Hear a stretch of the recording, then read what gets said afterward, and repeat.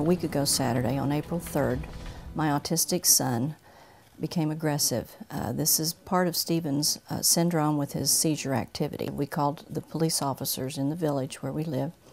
They came in and Stephen became aggressive with the officers. They had to handcuff him, put him on the floor, and he has rug burns on his forehead from wrestling with the officers. They advised us to take him to OU Medical because his neurologist is on staff over there. So when we got to the hospital, the ER doctor had to restrain Stephen on the bed. They gave him some type of medication. I'm not sure if he had several different medications, but they medicated him to kind of calm him down a little bit, but they had him restrained. The doctor said, we need to get him admitted to the hospital and get him stabilized. But he said, I don't think that's going to happen because Stephen has autism, and it's our policy that we're not equipped to deal with that.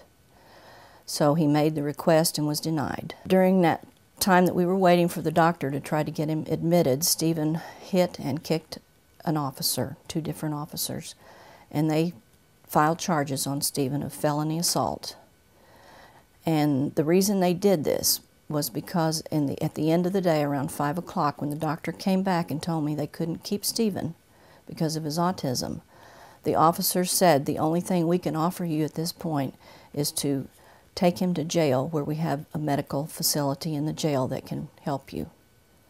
So that was the last option that we had, because our next choice would have been to bring Stephen home and start the process over again. I have not been able to see Stephen since Monday, when they took him out of the hospital in handcuffs, and he was staggering and drooling, and he said, "Officer, I'm a good boy."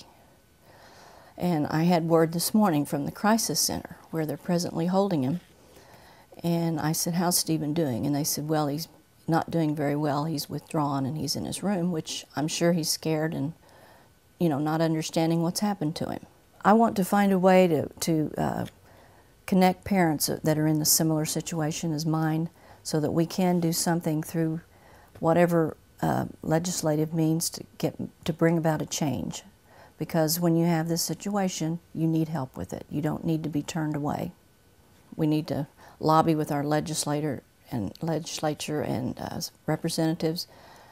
If a policy is that a hospital can't treat someone seizuring because they have autism, then the policy needs to be changed.